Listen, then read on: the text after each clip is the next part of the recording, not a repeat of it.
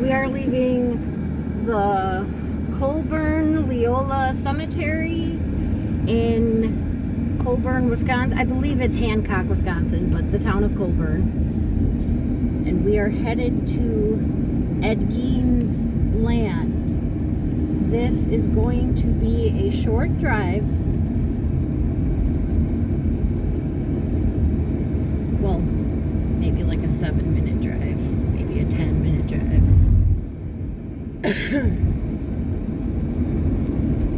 But Gein had said he robbed those 3 graveyards, which were Plainfield Cemetery in Plainfield, where he is buried. Let's see, Spirit Land Cemetery in Almond, Wisconsin, and the Hancock Cemetery.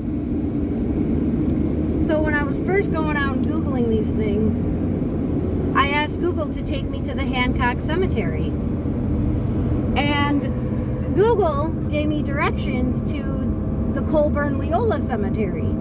So in my mind, I'm thinking, okay, this is what the Hancock Cemetery is. It's the Colburn Leola one. Well, I was wrong, because after I left there, I asked Google again to take me to the Hancock Cemetery. In half a mile, turn right. I asked Google again to take me to the Hancock Cemetery because I just had a feeling. I'm like, this one doesn't seem right. But the reason why I thought it was correct is because it was in such close proximity to the Gein land, or the property. Turn right.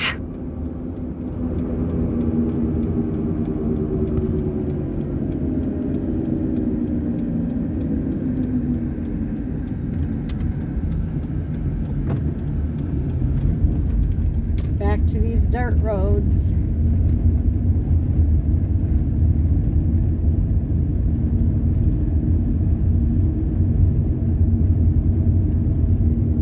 Let's see.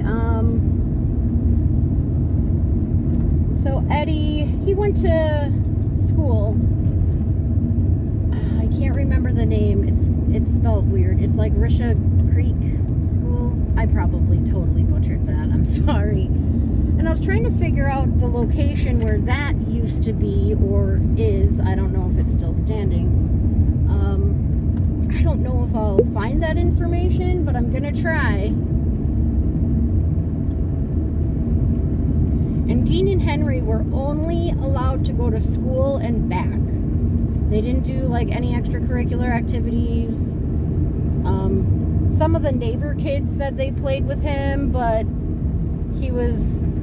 they said he was slower, and they were told not to like pick on him or anything. But kids at school would make fun of him for he has like a growth or a lump by his left eye, and it kind of made his eye droop a little, or his eyelid droop a little bit. And he said that one of the kids at school was picking on him for his I can't remember what the rhyme was that jerk kid came up with, but it was like Eddie and his droopy eyelid. It was like something that rhymed, though. I'm sorry, I can't think of it. Ooh, bumpy. Ooh, you see how I went through all that without hitting him? That takes skill, my mother.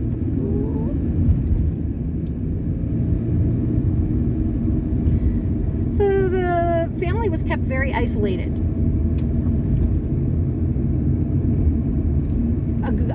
It was Augusta's doing. That's why they were very isolated. And George, when they first moved to Plainfield, I guess he had a job. That's from the research I could find. But his alcoholism kept getting worse and worse, and eventually he couldn't hold a job anymore. And in a quarter of a mile, turn left. He just stayed at home and buried himself in the bottom of a bottle. And I feel terrible that basically before Gein was even born, his life was doomed. Turn left.